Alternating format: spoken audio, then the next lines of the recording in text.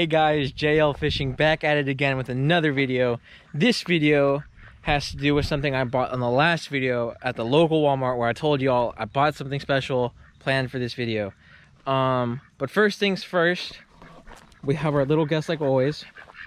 They're only running away because I have a camera in my hand, but they'll get used to it soon. But yeah, anyway, let's go on to today's video. So what I bought at Walmart was a minnow trap. You're probably thinking, why did you buy a minnow trap? So this is the minnow trap that I bought right here. Nothing special. I didn't have any string, so I used a catfish stringer to tie that up. I'm gonna be using bread to catch the minnows. We don't have any minnows here, but what we do have is local panfish from the pond. Yes, you heard that correctly. We have panfish in this pond. Now, we saw a couple here a couple weeks back, and we didn't know what they were. So, lucky for us, they spawned roughly like, I'd say like maybe 2.5 weeks ago. So they're a decent size now, where I could tell if it's a bluegill, a sunfish, a hybrid. We could catch a small crappie. We don't know. That's why for today's video we bought the minnow trap. All right, now let me put the bread in the minnow trap, and we're gonna set it in the water, give it around 10 minutes, and then we'll come back to see what we got. Hey, so I just finished putting bread in this minnow trap. It's a mixture of balled up bread and just little pieces of bread I just ripped off and put in there so they float, so the fish know that it's bread. So how this minnow trap works is, as you can see here, there's a little indentation on both sides of the trap. As we all know, fish aren't that smart, sadly, but I'm glad, because then I wouldn't be able to catch any. But yeah, so they'll see bread in there. They'll try to swim around, try to find an entrance, and they'll get to here, and it's like a cave, and then they'll swim in through that small hole, and they'll eat. And now this is where the part where I said that fish aren't that smart. They don't know how to get out.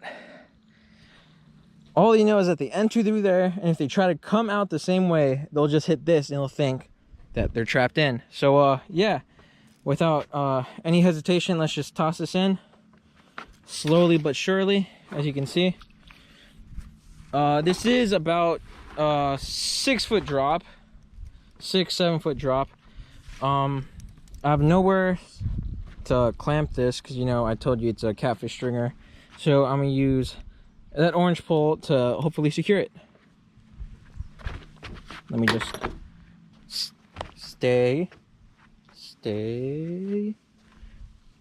All right, it stayed long enough so I can grab this. And yeah, let's just rig up a little something, so just in case we catch a big bass, which I doubt it'll even fit in there. Yeah, it won't swim away. So what I'm gonna do is wrap it around there, boom, up like that, and just wrap it around a couple times like that. And yeah, that's that. I'll wait about 10 minutes. Time check is 1:49. But yeah, as we have again, there are the ducks. I'm about to show you the obstacle course that I could drift in down there, that I talked about the previous video, just so y'all get the idea of what I'm even talking about. So yeah, I'm gonna take you guys there in a second. Can y'all hear that? So up in that tree right there, up in this one, this very long dead tree, there's baby woodpeckers in it. So yeah, that's that.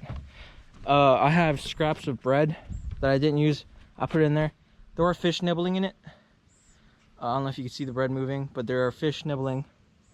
I probably should have waited afterwards to put that in there, since I did just put a minnow trap all the way over there, and they're probably all going to be right there where I put the bread. But that's all right. It's no big deal. I just need a different species, not just all one. You know what I mean? But yeah, I'm going down to the obstacle course, and I'll catch you all then. Hey guys, I'm down here at the second location for where the obstacle course is, but not really an obstacle like I said in the previous video. But yeah, let me just give you a rundown. This is where I ride. I ride all around the property, but this is like the main part where I learn new tricks and stuff like that. But yeah, as you can see, we have sand here. This is straight sand, and if y'all want to know where it came from, it actually came from my pond.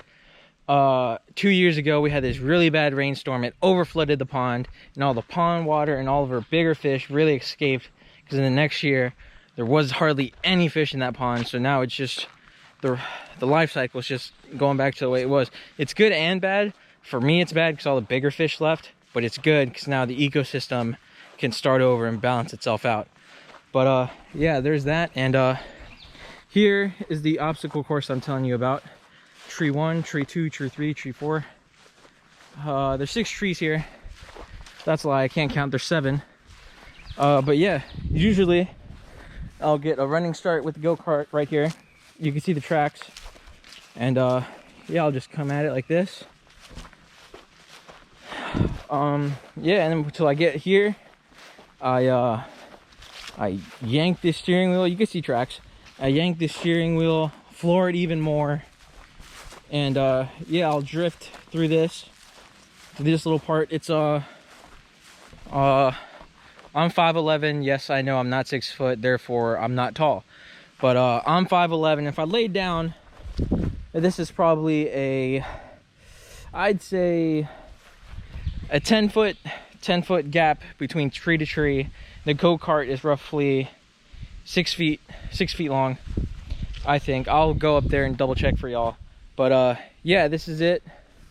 I usually drift through here. All right guys, so we're approaching my dirt bike jump. It's definitely overgrown with weeds, but as you can see, there once was a jump. It was nice and compact, but due to all the rain, it's definitely not the ramp that it used to be. But that is soon to be somewhere over here. That's the dam to the pond right there. But yeah, soon to be, I'm probably gonna put it around this tree line right here, so I can run up, go on top of the dam, come down, get some speed, and then jump, and then go back over here. But yeah, that's the plan for a future video. But yeah, as we do know, this was a man-made pond. We don't know when it was built or anything, but there's an overflowage pipe, and that connects right here.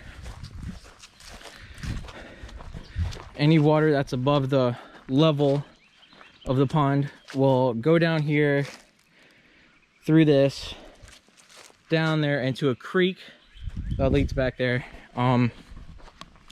There probably are fish trapped down there from the really bad rainstorm 2 years ago. But yeah, we could do another video down there where we find a fish, or not a fish pool, but a water pool down there that's deep enough for some big fish. I'll have to do some exploring, but I'll gladly do that for y'all. But yeah, it's been roughly,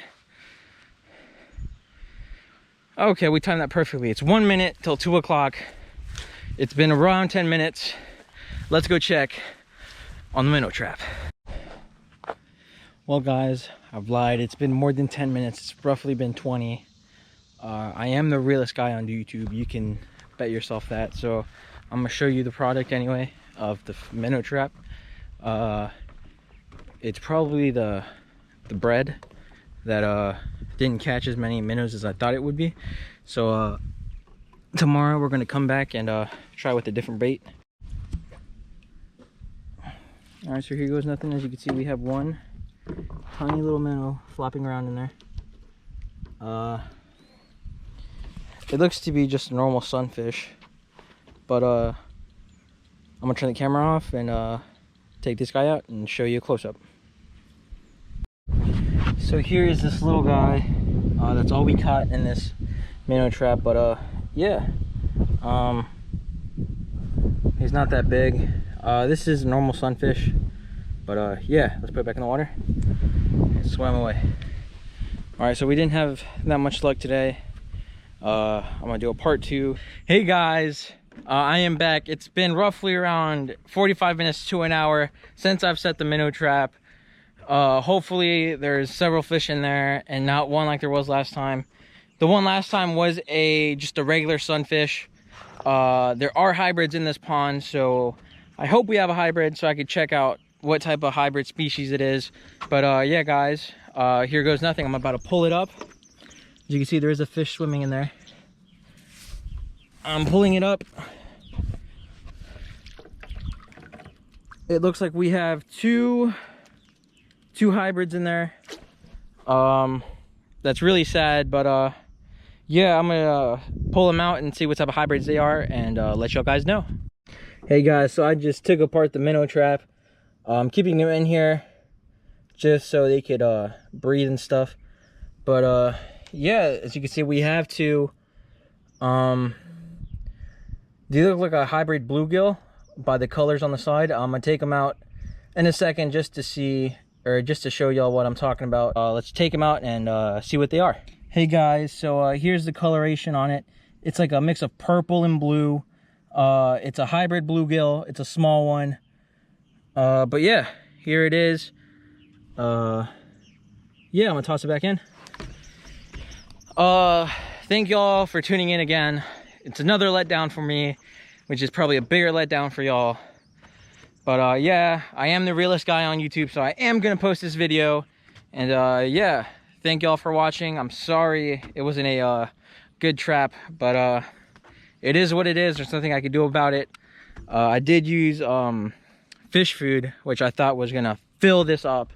There's one half of the minnow trap, there's the other. I thought it was gonna be completely filled with fish. I was wrong. But yeah, thank y'all for watching JL Fishing TV. Make sure y'all like and subscribe, and maybe turn on your post notifications so you get updated when I post.